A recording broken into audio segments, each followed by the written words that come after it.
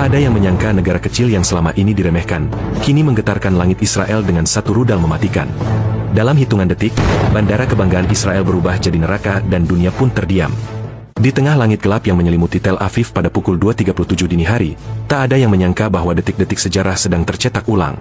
Bandara Internasional Ben Gurion, ikon kebanggaan Israel, pintu gerbang bagi dunia, dan simbol supremasi teknologi serta pengamanan militer mereka, tiba-tiba berubah menjadi puing-puing yang membara. Semua berawal dari radar militer Israel yang menangkap kejanggalan. Sebuah objek asing melesat dari arah barat daya, dengan kecepatan yang membuat sistem Iron Dome tak mampu mengenali bentuk, arah, bahkan intensitas ledakannya. Dalam waktu kurang dari 3 menit, benda itu menembus atmosfer dan menghantam langsung terminal utama Bandara Ben Gurion, disusul oleh suara ledakan dahsyat yang mengguncang seluruh kota. Objek itu bukan rudal biasa. Ini adalah rudal hipersonik buatan Yaman, salah satu senjata paling mematikan yang belum pernah diluncurkan sebelumnya secara terbuka.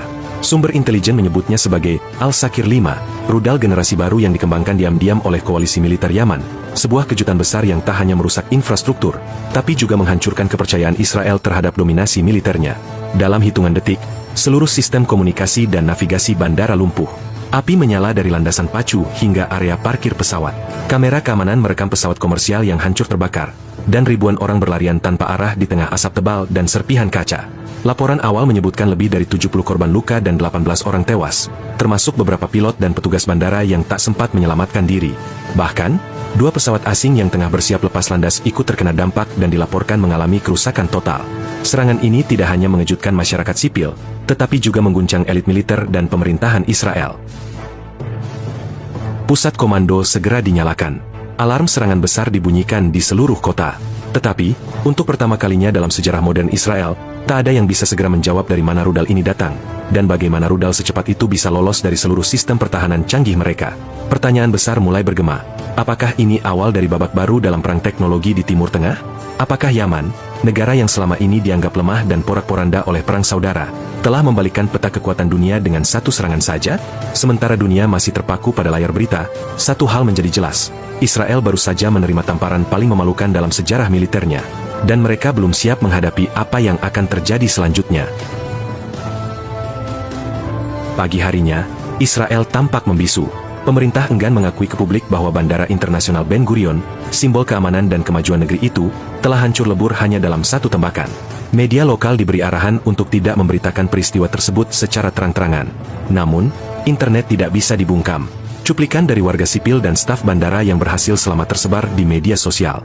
Video-video memperlihatkan kobaran api yang menjalar ke terminal penumpang, dentuman ledakan susulan dari tangki bahan bakar pesawat, serta jeritan panik yang membelah malam Tel Aviv.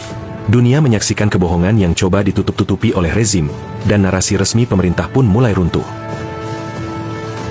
Sementara itu, investigasi internal menunjukkan bahwa rudal hipersonik yang menghancurkan bandara bukan hanya senjata biasa, melainkan hasil rekayasa bersama antara milisi Yaman dan kekuatan regional yang selama ini diremehkan oleh dunia barat. Teknologi peluncuran berlapis yang digunakan memungkinkan rudal untuk menyelinap tanpa terdeteksi radar, dan kecepatan Mach 7 menjadikannya tak bisa dicegat oleh Iron Dome, David's Sling, maupun sistem Arrow 3 sekalipun. Pusat Komando Militer Israel mengalami tekanan besar. Pertemuan darurat digelar antara petinggi IDF, Mossad, dan Kabinet Keamanan. Namun, lebih dari sekadar strategi militer, mereka kini dihadapkan pada kenyataan pahit. Musuh yang dulu mereka pandang sebelah mata telah menemukan celah, dan berhasil menyerang titik paling sensitif di jantung negara. Lebih dari itu, serangan ini juga menimbulkan kekacauan ekonomi yang tak terhindarkan. Penerbangan internasional dibatalkan. Investor asing panik. Mata uang shekel melemah tajam dalam waktu kurang dari 6 jam setelah kabar ledakan menyebar. Pasar saham Israel terjun bebas. Bahkan beberapa maskapai asing mengumumkan penangguhan rute ke Israel, hingga waktu yang tidak ditentukan. Netanyahu dan kabinetnya dituding lalai. Protes mulai muncul di depan gedung parlemen, terutama dari keluarga korban dan warga yang mempertanyakan bagaimana negara dengan sistem pertahanan termahal di Timur Tengah bisa kecolongan sedemikian parah. Namun di balik semua itu, muncul satu pertanyaan yang lebih menakutkan. Jika satu rudal hipersonik saja bisa menghancurkan bandara internasional, apa yang terjadi jika 10 rudal seperti itu diluncurkan bersamaan? Apakah Israel mampu bertahan? Ataukah ini menjadi awal dari keruntuhan dominasi militer mereka di kawasan? Yaman, dalam pernyataan resminya, menyebut serangan ini sebagai peringatan awal. Mereka menyebutnya sebagai tindakan balasan atas penjajahan dan kejahatan kemanusiaan yang selama ini dibiarkan oleh dunia. Tak ada permintaan maaf, tak ada negosiasi. Yang ada hanyalah pesan singkat namun tajam. Jika kalian terus membunuh anak-anak kami, maka kami akan membakar pusat-pusat kalian. Dunia kini menahan napas. Karena jelas, serangan ke Bandara Ben Gurion bukan akhir, tetapi permulaan. Hari ketiga pasca serangan, Bandara Internasional Ben Gurion masih tertutup. Puing-puing hangus berserakan. Asap tipis masih mengepul dari bangkai pesawat yang tak sempat diselamatkan. Israel, negara yang selama ini dikenal angkuh dengan supremasi udaranya, kini menunduk dalam ketakutan. Dari luar, dunia mulai bertanya-tanya, bagaimana mungkin sebuah negara dengan aliansi militer terkuat di Timur Tengah, dengan dukungan teknologi intelijen Amerika Serikat, bisa diserang sedemikian presisi oleh negara yang selama ini diblokade dan dihina? Jawabannya perlahan-lahan terungkap. Dalam penyelidikan yang bocor ke media, ditemukan bahwa sistem pertahanan udara Israel telah dikelabui oleh teknologi kamuflase elektromagnetik, sebuah metode yang digunakan dalam rudal hipersonik Al-Sakir 5 buatan Yaman. Rudal itu mampu menghapus jejak panas dan suara hingga detik terakhir sebelum menyentuh target. Lebih dari itu, intelijen Mossad menemukan fakta mengejutkan. Rudal itu tidak diluncurkan langsung dari Yaman, melainkan dari sebuah kapal selam tanpa awak di Laut Merah. Artinya, musuh kini bisa menyerang dari jarak dekat, tanpa harus masuk ke wilayah udara Israel. Sebuah dokumen rahasia bocor, mengungkap bahwa Israel telah meminta bantuan pertahanan tambahan dari Amerika Serikat.